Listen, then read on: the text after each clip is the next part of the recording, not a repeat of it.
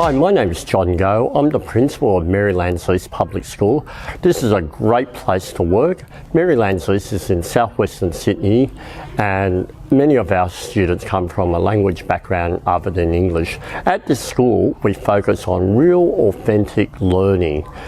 We've also explicit teaching. It's a great place because there's so many diverse programs that are operating for our students, and our students are very engaged with their learning. In my early years when I was studying in a public high school, I had some tremendous teachers. One of the teachers, in fact, is actually working for me right now, who taught me mathematics. And it was such a great time because I enjoyed everything about high school. We weren't very academic, but we also had the other side of things as well, which was the sporting side. And I always had a passion for sport. So I was playing rugby, I was playing cricket, and I enjoyed being in a team environment. So because I had great teachers, I decided to become a teacher. It was a very difficult time as an early career teacher. Back in the 1980s when I became a teacher, there was no induction programs, no real support for beginning teachers. In fact, I had to struggle to find a casual teaching position. Where I lived, there was very, very few vacancies there, so I had to go into the inner city to find my first teaching position. I remember the principal at the time introducing himself and saying to me, "Oh, when can you start?" And the next day I started, he took me down to the classroom and said, "Oh, there's a bunch of pencils there, and this is your class, and I'll see you at the end of the day." And that was really my induction orientation program into teaching. About 14 years ago, I was fortunate enough to be appointed to Merrylands East Public School. It was a great joy, a great privilege. Being a principal in any school in New South Wales, or Australia for that matter, it's a really privileged position to be because you know that you can make impact and change. We all make differences in our school as a teacher or as a school senior leader, but being a principal, you're also expected to make impact of change for children in terms of their academic life, but also their fostering their values and also other aspects of their school life and their personal development. So it was a real privilege for me 14 years ago. When I arrived, it was in the days of the pre-Gonski era where there was very limited resources in our school. So very early on, I spent a lot of time building up rapport with the community. There were lots of community projects. I found that we had to do up the grounds because the grounds were really important. We had to learn in a wonderful environment, but the grounds didn't quite reflect on that. Because of the limited amount of resourcing that the school had, we had to do a lot of work ourselves. And so building up gardens, building up environments, building up the classrooms, thinking about the learning spaces, and also at the same time working in terms of the curriculum and thinking about how we're going to lift the students' outcomes in our school that predominantly was a culturally diverse environment where 89% of the students came from a language background other than English. But at that period of time, it was a bit of a challenge of how do you build a school community. And part of that is being visible, being outside, building up the grounds, getting to know the parents, talking to the parents about their aspirations. And you know what was really interesting? It didn't matter what cultural background you came from. So here we have 40 different language backgrounds, but irrespective of that, all the parents have the same aspirations about their children. Those aspirations haven't changed, it's just how we go about doing it now that's different. And so that was some of the challenges there about how we can build this collective efficacy in a whole school where we're all working at the same goals and trying to readdress some of the socio-cultural disadvantage that we had because of limited funding, about language backgrounds, about external matters like housing that we had, in some cases, we had no control over.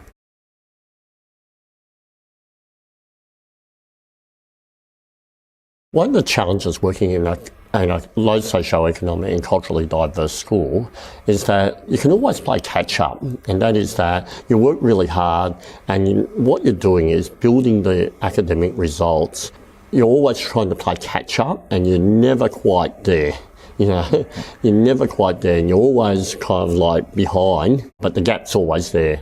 So we had to look at how we're going to do things differently and why, and question some of the assumptions that have always been made about school education. And just discovering how there was a mismatch between school education, the way we were operating, and how our future students will be working and the types of environments they were working. There was a huge mismatch in terms of what was going on. And that was also reflective of how the world was changing with the upsurge in technology. And so we had to have a serious think about what we were going to do in terms of our school and how we can reflect a better way of teaching, learning that's more reflective of what our students will end up being. One of the things we looked at and we questioned, and it came from some parents, was the fact that, you know, quite often children go home at 3 o'clock. They're often rushed, getting home, getting changed, going to sporting practice, coming home, doing their homework, and they were fatigued. Our parent asked us a general question, you know, can we change the school hours? You know, at that time, you know, it's not a question you would ask. Everyone just made the assumption that school started at 9 o'clock, finished at 3 o'clock. No one questioned why that would take place. And yet the work environment has changed for flexible times where people were working on weekends and night shifts, working from home. That wasn't reflected in terms of school hours. That was still quite stable.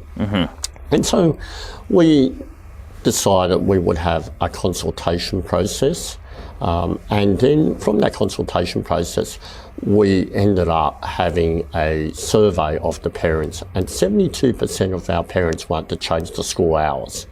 But then there was one story that always resonated with me when one parent talked to me about being a shift worker and said that by changing the school hours and finishing at 1:15, they would be given the opportunity of seeing their child at home for a couple of hours before they would go to work. And that really resonated with me because it's about building families and building communities as well. And so we kind of knew that after 72% said they wanted to change the school hours, we were very responsive and made the change. Some of the structural changes included things like changing the school zone signs that many schools have in New South Wales and many countries or many schools all around Australia have those school signs.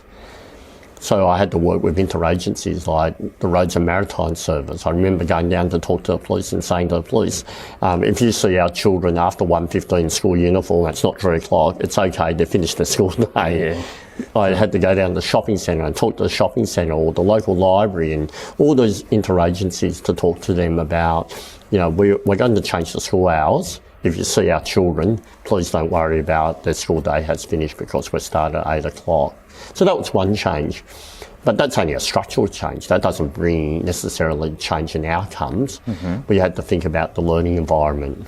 So while we had done a lot of work externally, at the time we're now talking about changing our learning spaces to be more reflective of our children and the way we want them to learn. So for our children to collaborate and to share and to work together and to work in teams, we needed space. And so we had to create learning spaces. But we had to create the two. We had to create the space and create the learning. They both go hand in hand. And so one of the things about that, about creating the learning spaces, is that we had to think why we want to do this and what the teaching and learning would look like. And so we had to do a lot of exploration, a lot of fact-finding before we went in. And we've been prototyping for quite a while. So where we are now, sitting behind this wonderful library, we've prototyped this library a couple of times since when I first arrived. The first ideation didn't work, and then so we changed it up again, and slowly we've been building and making those changes. And then the third aspect that's really important major change is the fact that we had to change the way we were teaching and learning, and thinking about how we were going to do that, because now we've also got the space, so lots of collaboration, lots of teamwork, lots of small group activities, lots of benchmarking of children, using data to assist us, using a lot of evidence-based learning. So if something didn't go well, we would change it up. Or we would think about what we would need to do to enhance it.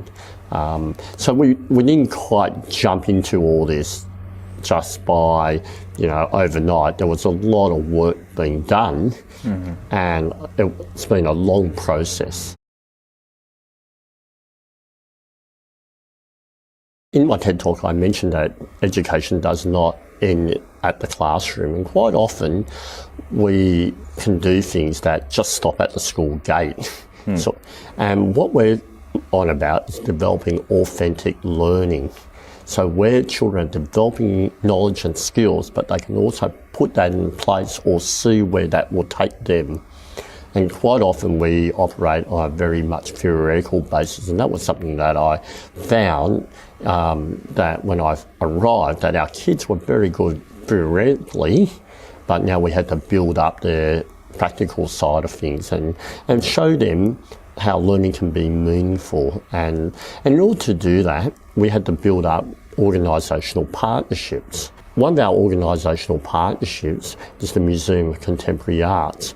For example, every year our students go there and work for 4 days, and our children write curriculum vitae or resumes, and we teach the children how to write a resume. And quite often when the children are writing it, they go, oh, we've got nothing to put in here, and then we discuss what can you do around the school or at home that would go into your resume. And then the children would go for an interview. So now we had to teach them how an interview will work, and about public speaking and being confident and presentation, all those skills. Quite often a lot of children are learning a lot more outside than in the school. The school is only the starting point, but also in Australia where people have had a passion for something and they follow that passion, but when you talk to them about how that links up with their school education, there's a slight mismatch there, or a big mismatch in many cases, of where they've ended up and what they had at school. One of the things in education is that we have a curriculum, and it's sort of like we know what we have to teach you, but many children now have got knowledge and skills far beyond the curriculum that we haven't tapped into. You can get a disengaged student just because they're bored, because that doesn't meet them, but this meets them here, sort of scenario. So for me, it's really about making those connections, and the best way of making those connections is about relationship and knowing our students and how they learn. And I think that's really important. We have a mantra in New South Wales that every student is known, valued and cared for in every school. And I think that's so important that we do know our students, because by knowing our students is the very starting point of teaching.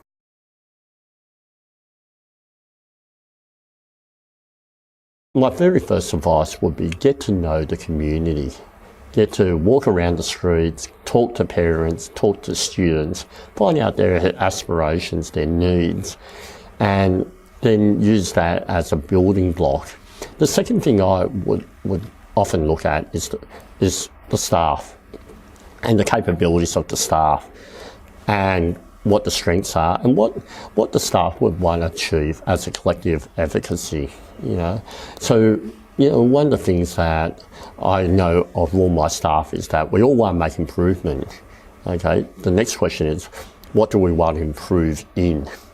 Okay, and that's through various workshops you can do that. Look at our values and our beliefs. What do we all have in terms of what do we all believe and what do we value in education?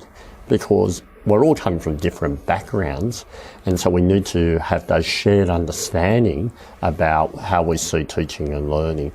And then identify the professional learning opportunities, and the fact that as teachers, we're always growing. And as a principal, I'm always growing.